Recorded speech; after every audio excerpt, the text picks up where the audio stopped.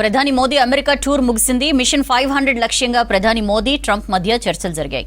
2030 నాటికి ఇరు దేశాల మధ్య $500 బిలియన్ ట్రేడ్ కు ప్లాన్లు రెడీ అయ్యాయి. ఇక భారత్ కు F-35 ఎయిర్ క్రాఫ్ట్స్ అమ్మేందుకు ట్రంప్ ఓకే చెప్పారు. భారత్ అమెరికా కలిసి నడిస్తే ప్రపంచానికే మంచిదన్నారు మోదీ.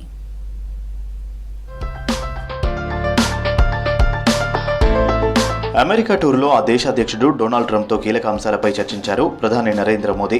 మానవ అక్రమ రవాణా వ్యవస్థను అంతం చేసేందుకు భారత్, యుఎస్ కలిసి పనిచేయాలన్నారు మోదీ. ట్రంప్తో వైట్ హౌస్లో భేటీ అయ్యారు ప్రధాని. భారతీయులు ఎవరైనా అమెరికాలో అక్రమంగా ఉంటే వారిని ఇండియాకు తీసుకురావడానికి సిద్ధంగా ఉన్నామన్నారు మోదీ. जो लोग दूसरे देशों में होते हैं उनको वहां रहने का कोई कानूनी अधिकार तो है नहीं. जहां तक भारत और अमेरिका का सवाल है, हमने हमेशा कहा है कि जो वेरीफाइड होगा, कि जो सच्चे अर्थ में भारत का ही नागरिक होगा, वो अगर अमेरिका में गैर कानूनी तरीके से रहता है तो उसको वापस लेने के लिए भारत तैयार है.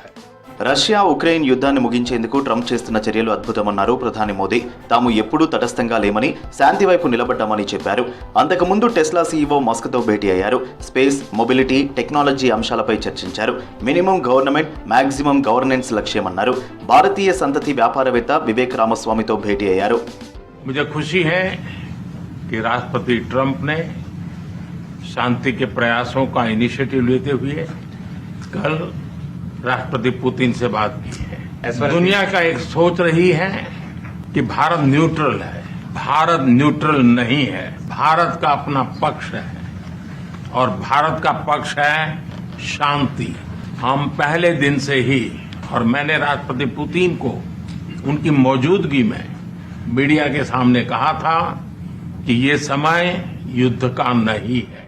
భారత్లో ట్రెడిషనల్లీ హైయెస్ట్ టారిఫ్లు ఉంటాయన్నారు అమెరికా ప్రెసిడెంట్ ట్రంప్. యుఎస్ నుంచి ఇతర దేశాలు ఎంత సుంకాలు వసూలు చేస్తారో అంతా తాము వసూలు చేస్తామన్నారు.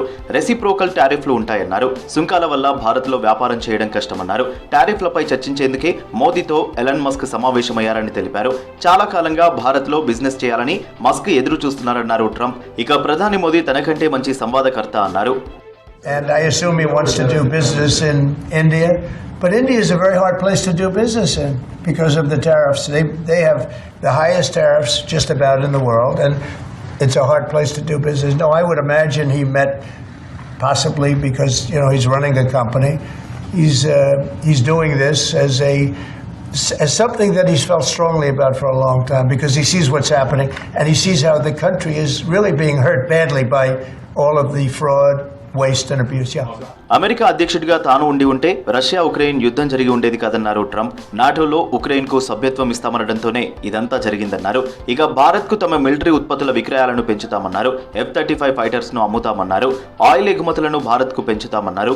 ఇక ముంబై ఉగ్రదాడుల నిందితుడు రానాను భారత్కు అప్పగిస్తామన్నారు ట్రంప్. బంగ్లాదేశ్ ఇష్యూలో తాను జోక్యం చేసుకోనని తెలిపారు. ఆ దేశం సంగతి మోదీ చూసుకుంటారని చెప్పారు. Well, there was no role for our deep state. This is something that the Prime Minister has been working on for a long time and has been worked on for hundreds of years, frankly. I've been reading about it. But I will leave Bangladesh to the Prime Minister. భారత ప్రధాని మోదీకి gift ఇచ్చారు Trump. Hour journey together అనే పుస్తకంపై సంతకం చేసి బహుమతి ఇచ్చారు. అందులో హౌడీ మోడీ కార్యక్రమం, ఇద్దరు కలిసి ఉన్న ఫోటోలు ఉన్నాయి. వైట్ హౌస్ లో ట్రంప్ తో భేటీ తర్వాత 2 రోజుల అమెరికా పర్యటన ముగించుకుని భారత్ బయలుదేరారు ప్రధాని.